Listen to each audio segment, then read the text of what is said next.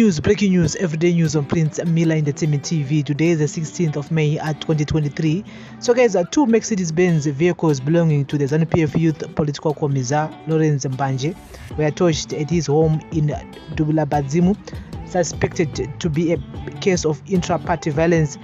The incident occurred shortly after Mbanje posted videos attacking fellow ZANU-PF members for allegedly planning unsanctioned reruns of primary elections, which resulted in one faction losing.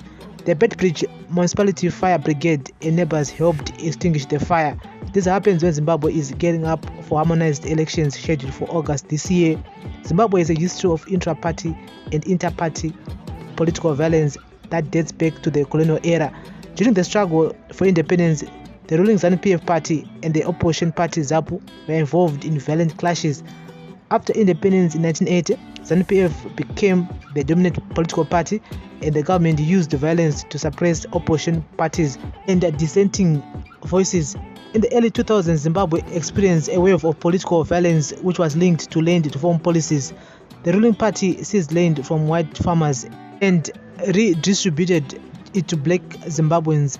This led to clashes between supporters of the ruling party and the white farmers. In 2008, Zimbabwe held a presidential election which was marred by violence.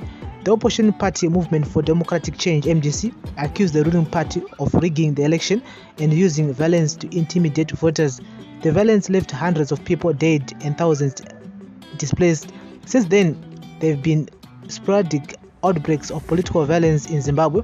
In recent years, there have been reports of violence against protesters, activists, and journalists. Ahead of the by-elections on March 26, 2022, the opposition party Citizens Coalition for Change alleged that ZANU-PF was attacking its members across the country. The government has been criticized for failing to hold perpetrators of political violence accountable. The lack of accountability has created a culture of impunity, which has allowed political violence to continue.